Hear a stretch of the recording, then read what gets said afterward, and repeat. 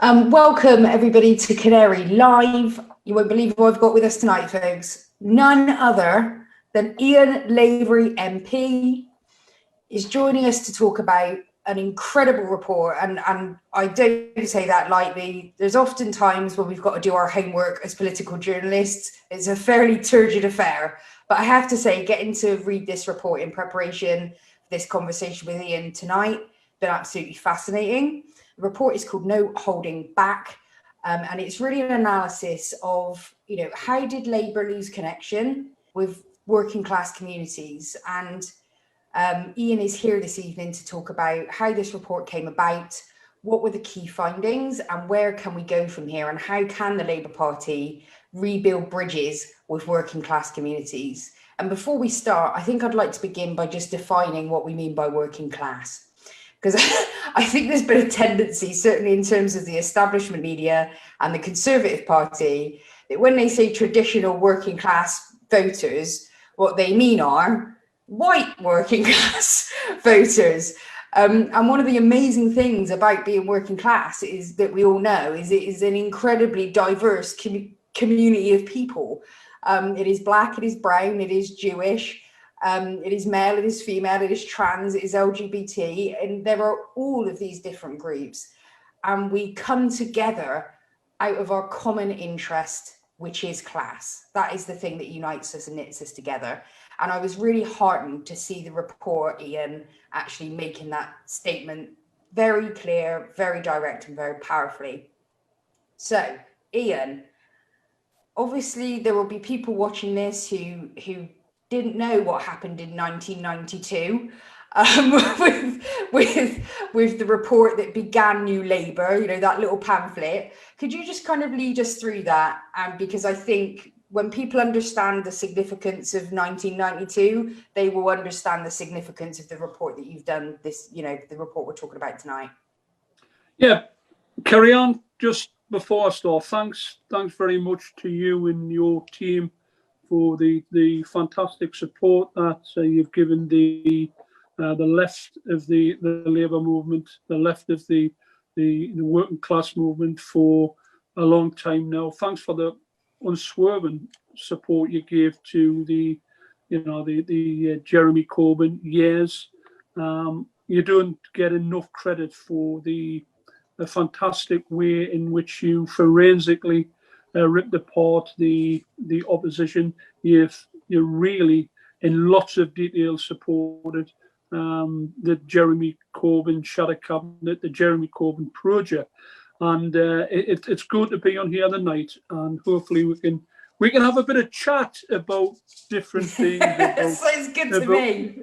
About this, because where this started was me and Jon Trickett was sitting in my office in the Commons, as we used to do idly, used to sit and chat for hours about how we were going to put the world right. And we were discussing, can you remember Brexit? Can you remember when Brexit was actually a very important issue to everybody in the country? Everybody had an opinion on Brexit. Lots of people didn't have a clue what it actually meant, by the way. Or what it meant by leaving or remaining, but lots of people voted for it, by the way. And we live in a democracy, and me and John were sitting talking, and we were thinking about where the party had gone wrong. Why did lots of working class people? Why was it that they thought that we would be better, or they would be better off leaving the EU? And we got talking, as we always did, and got into more depth. And we were talking about the Southern Discomfort pamphlet that was produced by Giles Radici MP in 1992, as you mentioned, Kerry-Anne. And we're just talking through what that actually meant and how, away from 1992, it was a little bit before then, obviously, but after the pamphlet was produced and circulated, actually what it meant for constituencies like John's, and mine. John's constituency and mine are very similar, other than I've got more bigger towns. John's got more bigger villages. But the mining related working class areas And obviously, John had his ear to the ground, and I had my ear to the ground in our own constituencies. And people were terribly upset, man. Terribly upset about Brexit. Terribly upset about, and I mean hostile, and it's never been known in constituencies like ours for people to be hostile with regards to the Labour Party. I'll probably mention something more about that later on.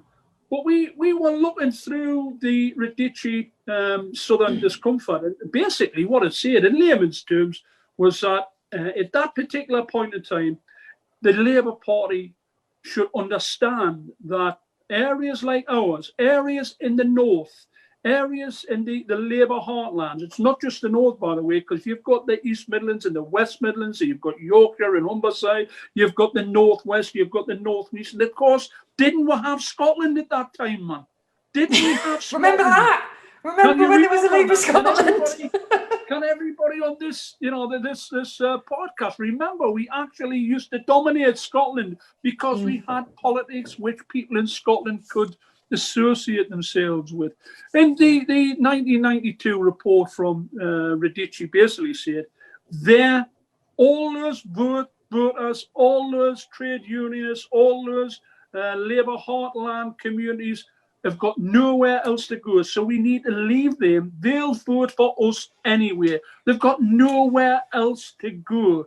So what we need to do now is move down south, sever the links with the trade unions, sever the links of that in my view is the beating heart of the Labour movement. Sever the links with the trade unions and try and gain the confidence and curry favour with the middle classes down south. And what that really did show is that there was this deliberate disconnect, but taking people, like people in my constituency, people north of London, by the way, Kerry-Anne, just taking them for granted. And that was a gradual process. And believe me, the fact that we lost 60 seats at the election in 2019, that didn't just happen over a period of 2 elections. No. It really didn't. This happened. This has been a gradual process of ordinary people. Scotland's a great example of ordinary people thinking, what on earth is happening here? And realizing, rightly or wrongly, that there are other places to go, and they're not prepared to sit back and take be treated as if they're that cannon fodder at election times. So we discussed that, and we just say, look, why don't I do a paper, and why don't I do some investigating, some digging into the situation with regards to the held back areas, and why do I not try and give a voice to these people? Because you know what really upsets people? Everybody telling them why they did something and why they shouldn't have done it, and really what they should have done because it's in their best interest. The people that I didn't go to university, Kerry-Anne. The people who educated me were the miners underground working 7 miles under the North Sea, where you cannot see your hand in front of your face. These are the people, the brightest individuals I've ever met in my life. These are the people that educated me. No, I didn't get a university degree. These are the people that know what's right, who know what's wrong. They know, what the political situation is, and it's quite astonishing from people who really haven't had much in terms of higher education. The knowledge in these people was amazing. It was absolutely amazing.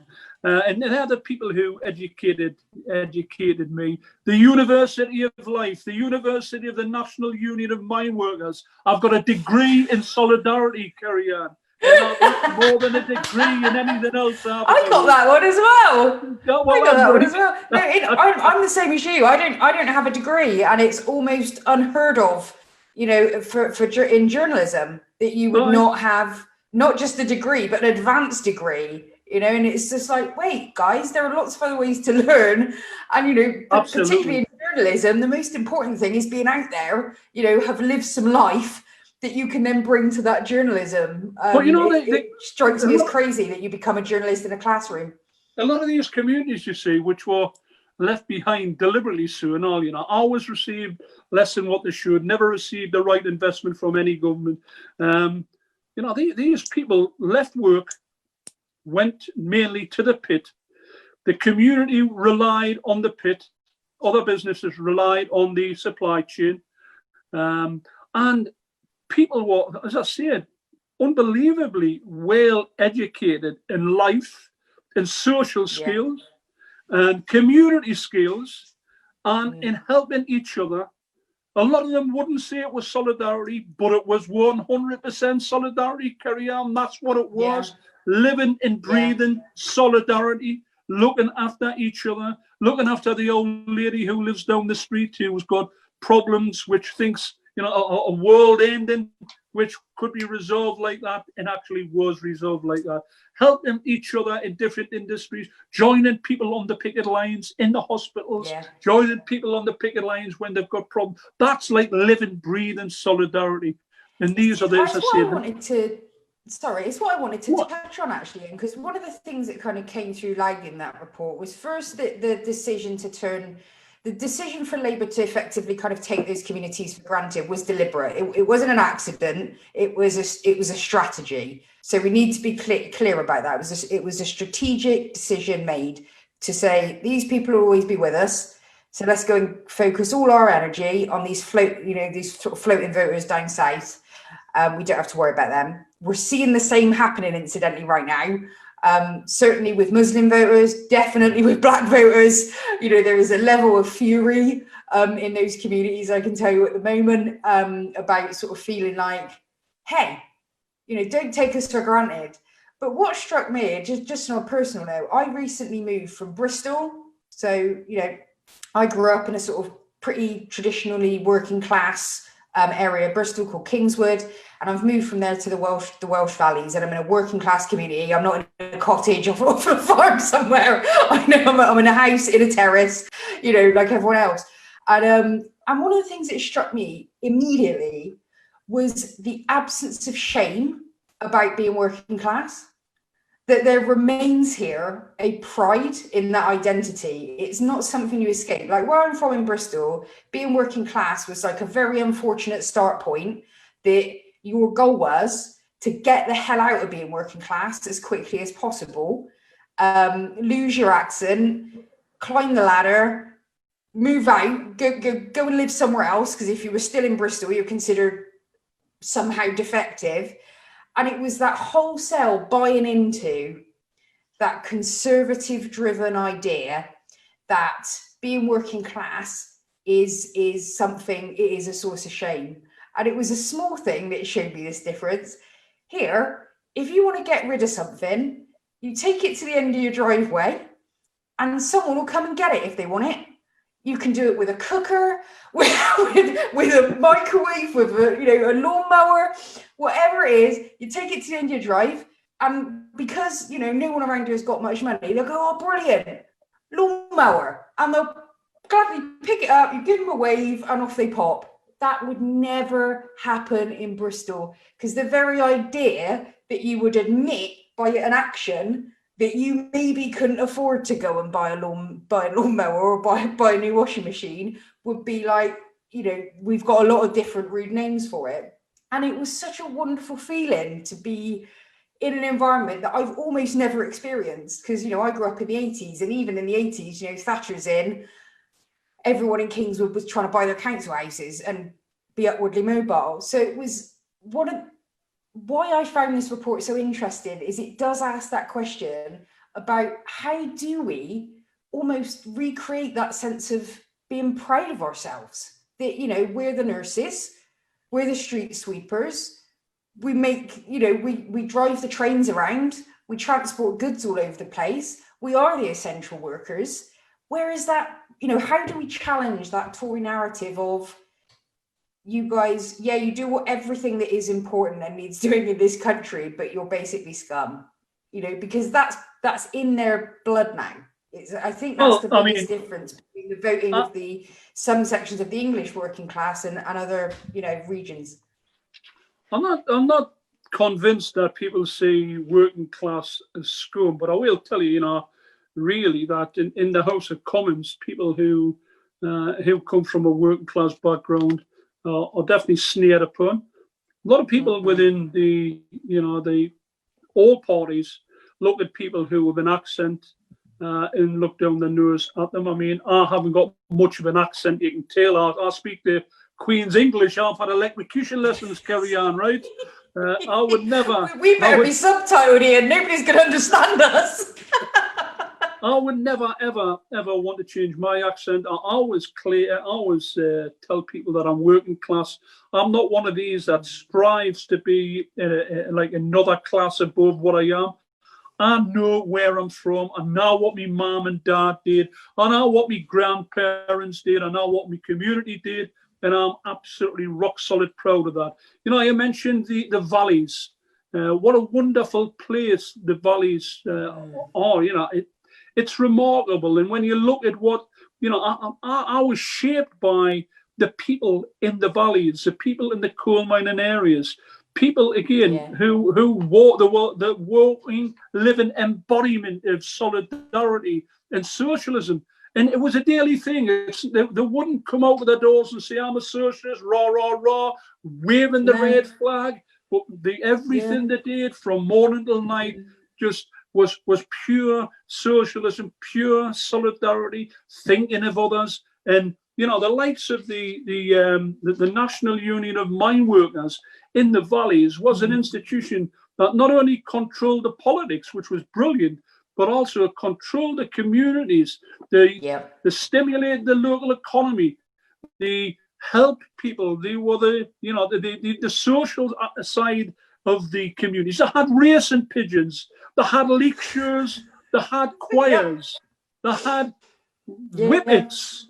I mean, why can we not return to those type of those sort of wonderful pastimes where people were really proud of competition, by the way, real competition. And I've never mentioned the like the rugby and cricket and football, but I mean, I'm talking about the real working class sort of pastimes. I mean, I still love all of that, Kerry-Anne. And we miss it. Well, it's brilliant because it knits a community together. It just knits a community together.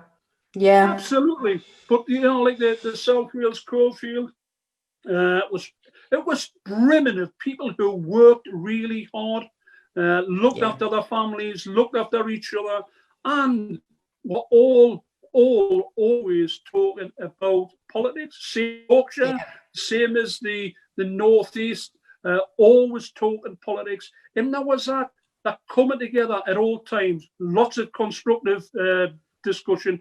Lots of people disagreed with each other.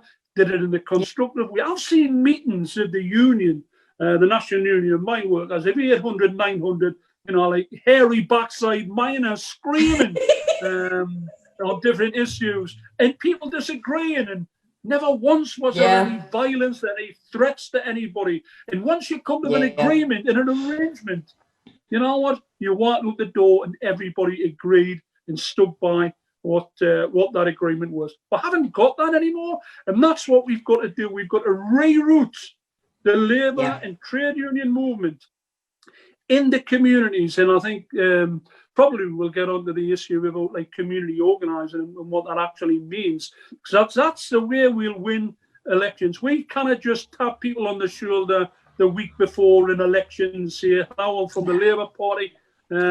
Will you support me at the next election?" Because that to be honest,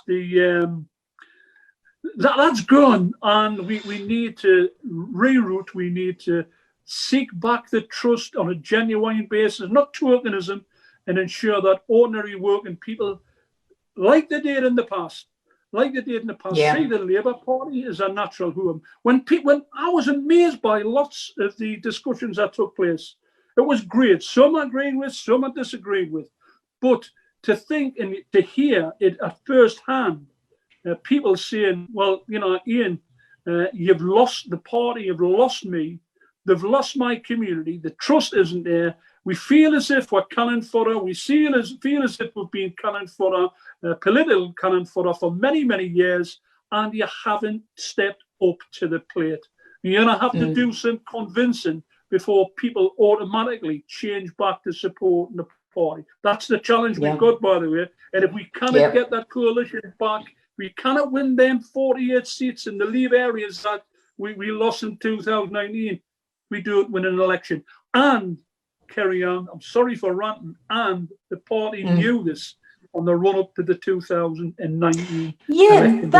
I was going to say, I think one of the really fascinating things about this, because obviously there could be people listening going, well, you know, the cart and the horse are the wrong way round here, Ian. You know, we all know now why people were disaffected from the Labour Party. You know, well done, Captain Hindsight Mendoza. But in reality, you said this before that election. You know, the Northern Discomfort report. You know, which was kind of your kind of answer to the Southern discomfort.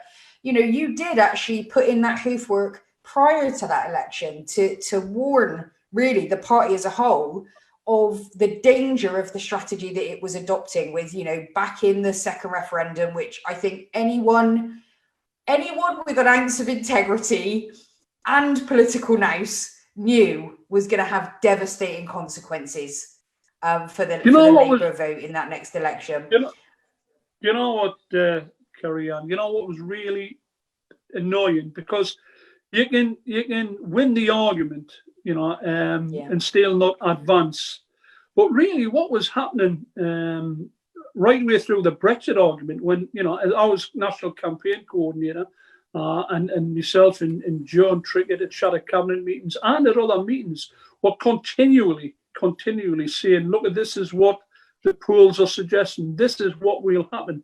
But there were some very, very senior people indeed on the Shadow Cabinet and at these meetings who had lots and lots of different polling, which indicated, for example, my constituency, everybody had changed their mind and people realised they had made a mistake.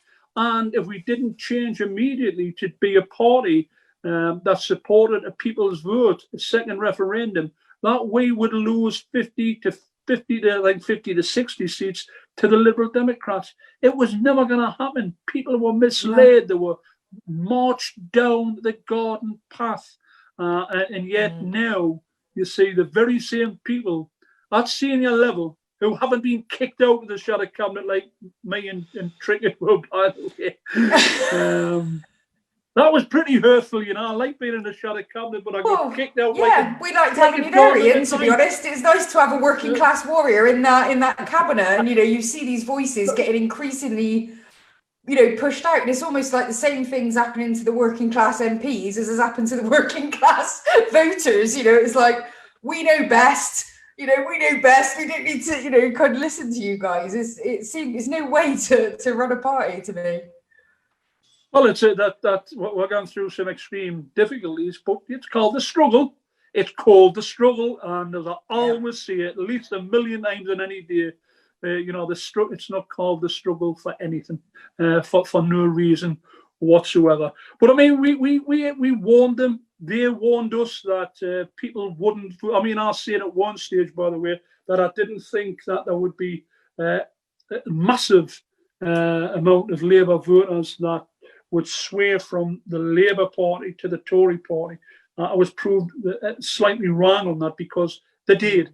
I knew people had enough, but I didn't realise how much they had enough. And it had been embedded in a lot of people, not just from 2015, right before that in the early 90s, that people had become impatient with the Labour Party. So, you know, it's been a challenge. But I think, you know, that's why, listen, Kerry-Anne, that's why the report suggests that if we're serious in winning back the red wall areas, we've got, the party have got to make an apology. We've got to draw a line under it. It's not, you know, making an apology wouldn't, you know, like draw to a close, but it would go somewhere to show that the party weren't in the right position. And you shouldn't just take people for granted. You shouldn't tell people to come and vote. Many of them come to vote in 2016 for the first time. And whether they were right, whether they were wrong, we live in a democratic country. And that was the one of the massive issues, man. Well, I think it was almost undoing the great work of 2017 because, one of the things Jeremy Corbyn had going for him, and, my sort of friendship group, I've got a lot of people I'm still in contact with from school. We've all lived very different kind of lives, and some of us are very political and some of us are not political at all. But there was a common understanding that the anti-establishment candidate was Jeremy Corbyn. So if you were angry at the establishment and you wanted change, and a change that would benefit the many and not the few, you would vote for Jeremy Corbyn. And between 2017 and 2019, that was completely eroded. And as we've all identified, and the report identifies very loudly, that kind of change and that move on the Brexit vote, we are the party of Remain, as Keir Starmer was, want to say, really shattered that moment. It broke that sense that we were in charge of the party now. Working class people were in charge of the party now, not a handful of mandarins stuck in Westminster who didn't know anything about our lives and didn't care about us. Working class people were back in politics. Working class politics is back. And then that U-turn kind of shattered it. But that wasn't the only thing that shattered it.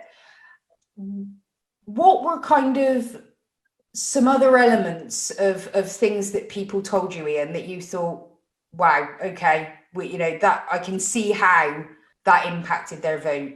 What stood out for you, aside from the obvious being Brexit? I want to read something out here, which, if I can find on my desk here, which is just unbelievable. Let us just read this. It'll take 30 seconds. Sure thing. Go for it. When we were discussing the issues on the virtual tour, these are 3 comments that were made. It was hard work on the doorstep. I feared hostility wearing a rosette.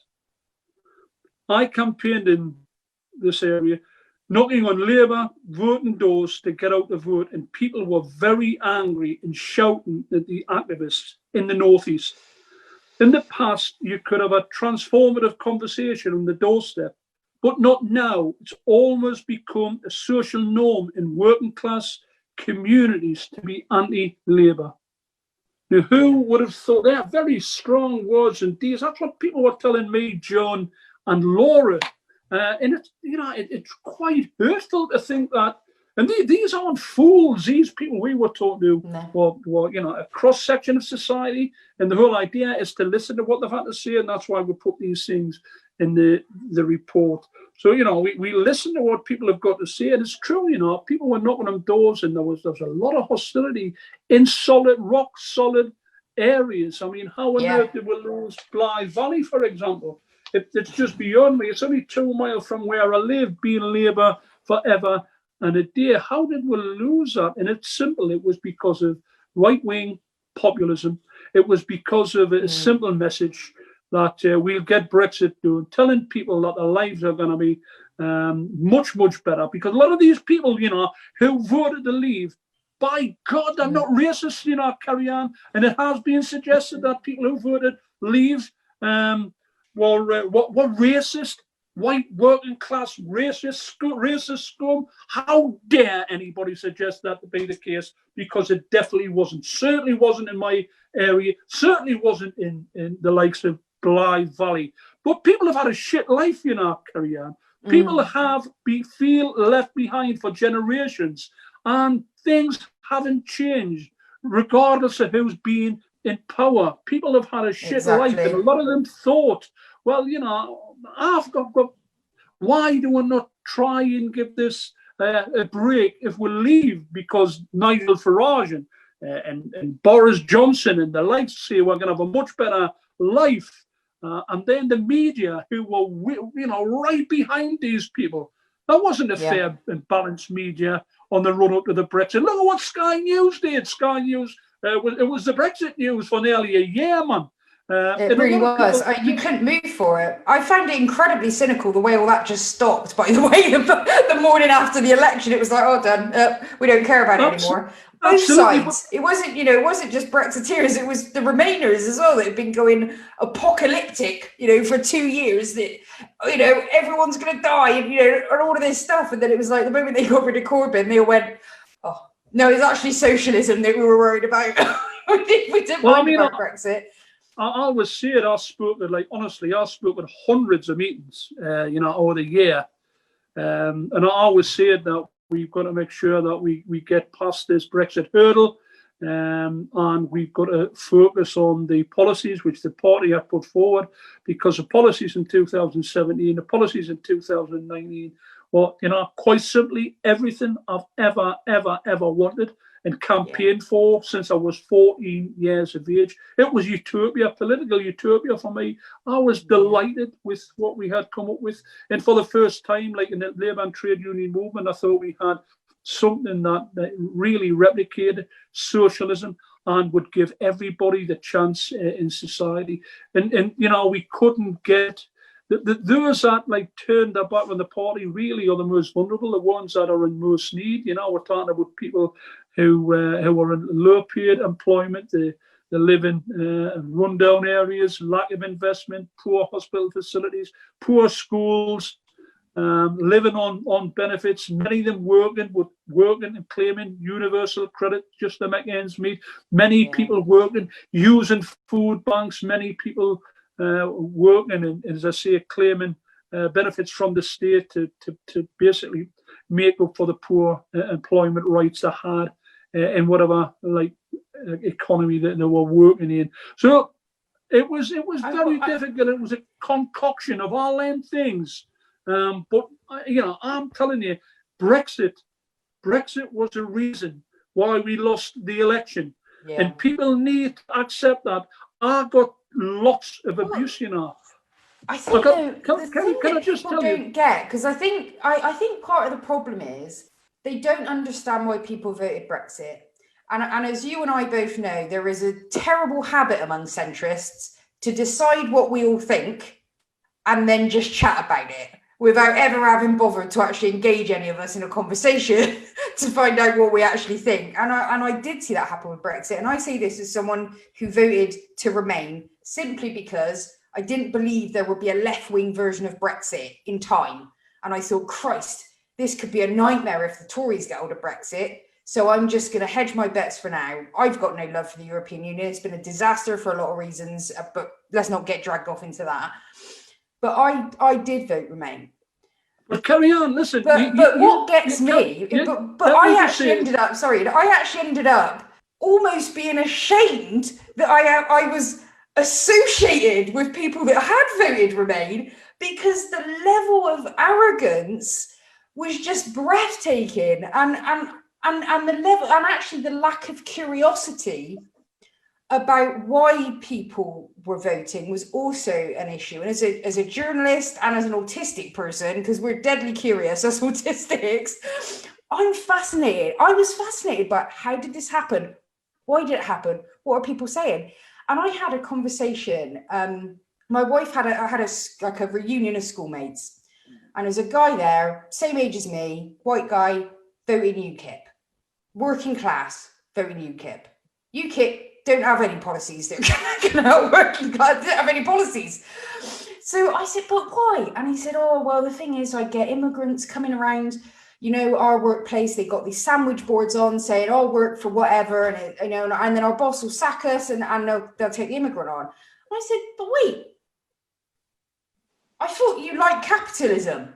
I thought you were all about capitalism. So why aren't you angry at your boss, actually, who made the decision to hire that person over you to save a bit of money? Like, what's that about? And he said, and I will never forget this, he said, well, I'm never going to be able to do anything about the boss. And it has stuck with me ever since. And I think about the way that this, the 1992, the Southern Discomfort Report, that whole Labour, the new Labour, I should say, let's distinguish, the new Labour idea that Thatcher was right in terms of there is no alternative. So if you accept that there is no alternative to this, there just isn't, then all you leave people is the fight over the crumbs. That's all you leave people. And so they fight to the death over crumbs without realizing that there's a whole freaking cake over there with 2 people eating it, and there's a million of us over here fighting over scraps. And so it is, to me, like everything I'm reading in that report, all of those voices kept going back to that UKIP voter for me, of people's, the only thing that they could see possible is the way it is now. So they're just trying to kind of duke it out inside of that hideously unfair, resource scarce scenario, rather than believing that there isn't just an alternative, there are like lots of alternatives that we could be doing. And that comes back to one of the key elements of the report, which is around communications, how the party communicates ideas. Because there was this strong sense that in 2017, everyone got it. They got what the party was standing for, what a Corbyn leadership would deliver, and who was going to benefit from it. Somehow in 2019 that changed. I would argue a big part of that was the media, and that Purdo, the sort of the competition rules were actually honoured roughly in 2017. I don't think any of us can pretend that they were in 2019. It was a markedly different scenario where you just, they would not talk about a Labour policy unless it was one they wanted to trash. That's why everyone knows about free broadband. No one knows about the Green New Deal. Because, they would only seem to talk about Labour in the context that they would try and mock something. So with that in mind, where does Labour go, and where does the left of Labour go in terms of communicating messages if it's not going to have a mainstream media that is going to allow it to do that? Well, there's a massive debate and discussion to be had with regard to that, because it's a great question.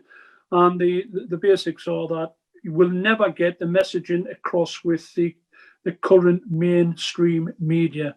We've got to look at expanding the left-wing media outlets, and there's a whole number now, and we've got to look to try and ensure that they get the correct financial support and the support of people in the community, so they can actually get a proper understanding on what life's like outside the front door.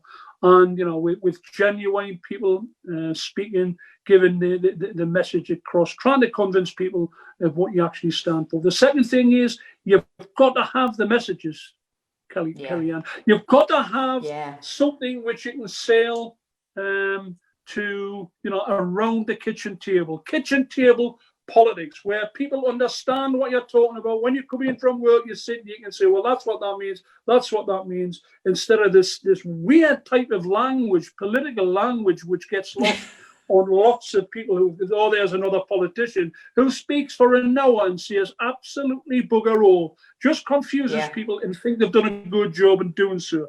You've seen what the Tories do. And they just stuck to it. They didn't even promote many policies in 2019. They didn't push many policies. They published a few in the manifesto, but it was just get Brexit done. Get Brexit done. Take power back. We'll take just very simple messages. And, to be fair, the media give Johnson and his cronies a running kick at the electorate. Every time Johnson was asked a question anywhere, Johnson would say, we'll get Brexit done. What do you think of the housing estate in your constituency? Well, we'll get Brexit done. What would he get Brexit done? And people were sick of it, but everybody knew what the message was. So we weren't great at getting the message out with the fine policies we had. And we've got to hold ourselves to them policies, mate, because that's not where we went wrong. People were you didn't lose that on the policies. And I think I was involved in the 7 o'clock meetings, 6 o'clock meetings on many occasions on the run up to the election every morning, 7 days a week. Right, this is the policies we're going to unveil today. And we had some fantastic policies, But I think one of the mistakes was that we didn't talk through and explain what each policy meant before we jumped onto the next one, and then jumped onto the next one. And we just looked like kids in a sweetie shop. Well, this is what we're having. We're going to have all of these together, and your life's going to be brilliant. The reality is, what we had on offer would have given lots of people hope. We wanted to give justice. We wanted to give fairness. We wanted to give equality. We wanted to give people a standard of life which they would be very happy with, not just crumbs off the bloody table. So, you know, we probably weren't brilliant at messaging. And another thing, Kerry-Anne, I'm sorry for ranting, but another really, really important thing is the digital campaigning. You know, we've got to forget the idea that you just knock on somebody's door with it. Once the election's called, getting your board out, knocking on somebody's door and say, hello, I'm Kerry-Anne Mendoza from the Labour Party. Who did you vote for that last time? Good. Who did you vote for this strike? That's fine. Can we get, right, thank you very much. We've got to listen to people, man. We've got to listen to what they say. And we've got different major priorities in the North, in the Midlands, in the South, in the Southeast, in the Southwest, in Scotland. Massively different priorities, political priorities. And we've got to listen to what people have got to say and not just tell people what's wrong with their life. On that note, I've got to do the same, and I promised you that we would be 45 minutes, but unfortunately we are now at 45 minutes. We have 3 questions. Would you be willing to have those questions? Thank you so much. I apologize. I made a promise. I broke it. Look at me. Right. So first of all, we've got Mandy McKenna. It's normally the politicians, Kerry-Anne, that break their promises. No, it's the journalists. Lie. I know. I'm giving you a night off. I'm going to take this one for the team. Sorry. Mandy McKenna asks, so the party needs to put more money into the CLPs, and the Labour Party need to unite and work more closely with the unions. That isn't going to happen under Starmer. CLPs are being undermined, disempowered and silenced. What can we do? I'll tell you what not to do, and that's leave the party. Because you cannot change the Labour Party if you're not a member of the Labour Party. So, you know, it really disappoints me to hear people say, right, I'm leaving.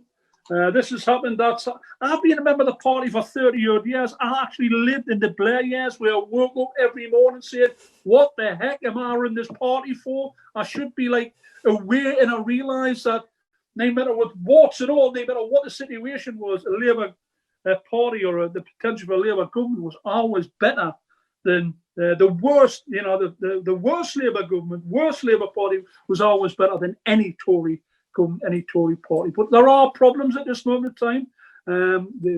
We've got a new leadership team. They came into being, in April this year, the same time as COVID-19. There's a lot of challenges, and I honestly understand what Matthew says with regard to the CLPs and what appears to be coming from the new leadership. And like always, we've got to challenge these issues, and we have, and there isn't any reason why we cannot win if we're constructive and do the right thing. Because hopefully the national conference will be back very shortly. When I'm saying very shortly, next year, hopefully, and we can get there in the CLPs can get there in the droves. And as far as the trade unions concerned, the trade unions are the lifeblood, the beating heart, undoubtedly, of the Labour Party. Any leadership team, anybody within the Labour Party who believes that isn't, or there shouldn't be a massive role for the trade unions, shouldn't be in the Labour Party. We're one and the same thing. We're a hand in glove operation. And one of the sad things is that some leaders of this great party of ours just believe that they should be listening to the trade union general secretaries when there's an election time, and they plead them to come up with wheelbarrows full of finance, of cash, and just tip it out on the doorstep of the Labour Party headquarters, and then the Labour Party can use it for them. Them days are gone. There's got to be accountability, responsibility with handling this sort of stuff. But the trade unions are so important. They're important in community organising, political education, because, there's still 7 million people in the trade union movement in this country. It's actually went up considerably. It's big numbers, and we can expect those to only increase, with obviously the economic impacts of COVID as we go into 2021 are likely to be devastating. We only are just seeing the beginning of that story, rather than the end of it. And the report touched on that as well. This is actually quite a good follow-up question, Ian, to Mandy's question about kind of the CLP and, being in the party. I've got a question from Edward Burton. And Edward says, I can understand his stay and fight position, but what does he have to say to the many thousands of people who join the Labour Party because of Corbyn? We support Corbynism rather than Labourism. Many will drift away back to being unengaged, disappointed idealists if we have nothing or no one to rally behind. Well, again, similar sort of answer. I might be a little bit abrupt at times, but the Labour Party isn't Jeremy Corbyn's party. The Labour Party is our party. Jeremy Corbyn was absolutely brilliant. He's everything I ever dreamed of as a leader of the party, with his vision of the future. Is a leader of the party, as an individual, Kerry-Anne. He is something else. He's one of the nicest individuals you'll ever meet. In terms of politics, from grassroots to international level, absolutely first class. And what he brought to the table was something really special. I've been a member of the party for 10 times longer than what Jeremy was leader of the party. And now that when people try to calculate that, they'll think I'm 85 years of age. I only look at, but I'm making a point. I've been a member of the party for 32 years. Jeremy was leader from 2015 to 2019, 2020, and I've been a member for longer than that, and we've had challenges. But you know what? I was a miner during the miners' strike, had a great time. That's what developed my character. As we mentioned before, I didn't go to university, but my character was developed by people within the labour and trade union movement. Characters like Skinner, like Tony Bain, like Arthur Scargill, like Mick McGahey, like Rodney Bickerstaff, people who were giants of the movement. And they were the people who really molded me into the character in which I, and what I am, rightly or wrongly. People might dislike that, and that's what happens when you're a politician, somebody who's prepared to step up to the plate. But, the Labour Party is the Labour Party.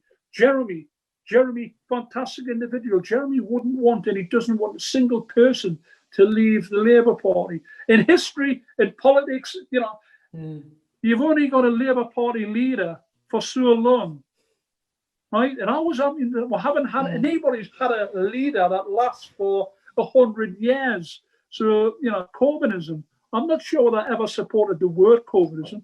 I fully supported Jeremy Corbyn's politics as the leader of the Labour Party, and then politics. The left in the struggle, Kerry-Anne, didn't begin in 2015, man. The struggle began centuries ago. Yeah.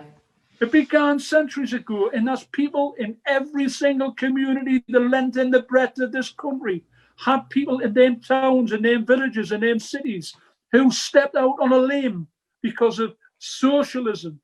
And I'm not prepared to betray any one of those people and turn me back on what they stood for, because we've had a difficulty, or should we call it a blip in what politics at this moment of time. I'm going to fight on. I'm going to pick up the cudgel. I'm going to continue the struggle. And I'm going to make sure that those challenges we've got, we're best prepared to meet them.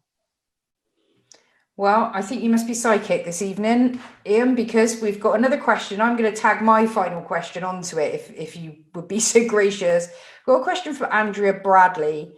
Andrea asks, what advice can you give to individual members afraid of posting or speaking out in support of Jeremy and the socialist left? That's Andrea's question. And my question, if I could tag it on, would be, what advice do you have for people who are going to stay in the Labour Party about things that they can do to support you in the no holding back report, and in really reorienting this party towards the people it was designed to serve, namely the working class.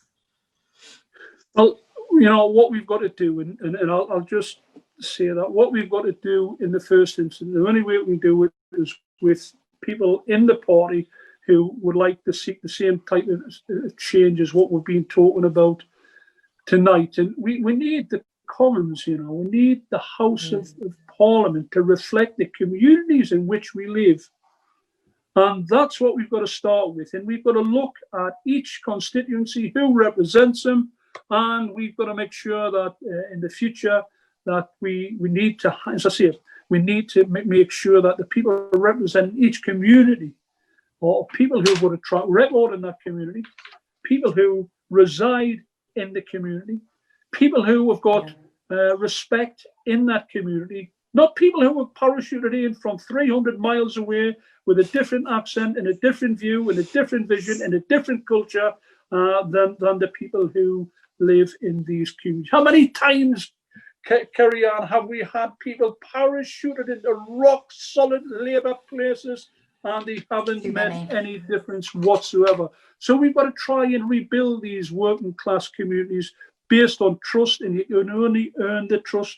We've got to make sure that we get out in the communities there, like tomorrow, not when we wait till the 4 weeks before the next general election, whether it's in 2024 or not. And we've got to build that community. We've got to be at the lead of the campaigns in that community, because there's lots of things happening. The factories closing, the shops are closing, the high streets being decimated, the local hospital or the clinic or the A&E closing, beds losing, public sector workers, losing their employment. We've got to be at the head of all of those campaigns. In order to do that, we've got to be community organising, looking after each other, listening to what people have got to say. We cannot just be the party that asks for your vote because your father and mother voted that way in the first place.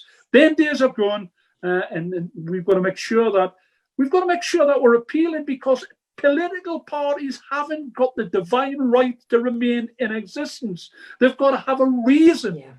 They've got to stand for something. They've got to have principles. They've got to be honest. They've got to say that's what they stand for. This is what we have to offer. And yes, of course, this offer we can afford to pay for as well. And that is the very beginning of what we need to do. As I mentioned in my first sentence, we've got to reroute ourselves in these communities and earn back that trust that was lost when people feel they were betrayed. And it is difficult at this moment in time. The best, about what's happening within the party with regards, you can say this, but you cannot say that. You can perhaps have a conversation at your CLP about that. But if you do, you could face problems with the General Secretary's office. We've got to think of ways and better ways of getting around that. It's a challenge. It's not easy. Yeah. I haven't got the answers. But I know one thing. The answer isn't to bail out because you just leave people like myself and many other wonderful people who want to change the world to do it with fewer people. We want to be building the mass movement based on the labour, trade union history, values, traditions, and cultures, and embed them back into our communities. If you want to help, if you want to be part of No Holding Back, we're setting a podcast up. Kerry-Anne, we're doing our first word tomorrow, which we want to be a little bit lighthearted. So if you want to be part of No Holding Back, get onto the webpage and sign up. And we'll be developing phase 3 of No Holding Back in the coming weeks and coming months. With the ultimate objective is to bring back class to class politics, bring back the seats that we've lost, and many more. With a coalition, can I just say that in concluding, we can only win elections with a coalition of bright-minded people, and sneering at somebody who perhaps you disagree with on a number of issues, looking down your nose at people who've got a different accent to yourself or a different skin or a different gender isn't the way forward. There's room in this party for Yeah. everybody. And, we need to understand that. Stop sneering. Let we get to work and make sure that we can deliver what we've talked about tonight. Hopefully before 2024, get rid of this fella Boris Johnson. He's an absolute disgrace. We've got to get he's rid currently of him. taking a wrecking ball to the country. Well, I think he's already done that. But isn't it surprising, Kerry-Anne, how many people in the communities which we've discussed tonight think that Boris Johnson is one of the lads, Nigel Farage's, you can trust these. You get, and it's amazing. And that's another major challenge. People have got to wake up, smell the coffee, about what these people are all about. And that's again, a huge challenge. Sorry for the rant. You are always welcome to rant with us, Ian, but I am conscious that I said I would get you off this call in 45 minutes, so I'm going to do my best to get you off it within an hour. Before we go, I just did actually want to acknowledge the courage that it took for Ian to participate in this call this evening and even be here at all. We know any time we attempt to talk to a Labour MP, you come under a sort of hailstorm of bullets for daring to go and chat to the Canary, and you face down that storm of bullets to be with us tonight. And I wanted to say, in light of what we're talking about tonight, which is about changing behaviours, about having the courage to fight for what you believe in, I do think Ian has demonstrated that this evening by actually being with us and talking to our audiences. So thank you, Ian, for taking the risk and coming here tonight. Thank you for the No Holding Back report. And I would just encourage everyone to go to the website. It's noholdingback.org. You can read the whole report. It's absolutely fascinating. It contains the direct testimony of these members. So it's quite a cathartic experience as well as anything else, that you can actually see these voices replicated it's all over the United Kingdom. This is every region, every nation that is a part of the United Kingdom. This is not just the North, it's the working class communities of all kinds everywhere. It's probably the biggest listening exercise that the Labour Party has ever done. And let's face it, if New Labour could create itself from a pamphlet in 1992, it might just be possible that the left of the Labour Party could recreate the Labour Party for the 21st century. So again, thank you for your time tonight, Ian. You're an absolute legend. We really appreciate it. Thank you for everyone for listening. And obviously I can't go before reminding you all of the Canary's 5K campaign. We need 5,000 subscribers. You be one of them now. Go to our website, click support, help pay our journalists, help us do more journalism. Thank you very much. Take care, Ian. Thank you. Thank you.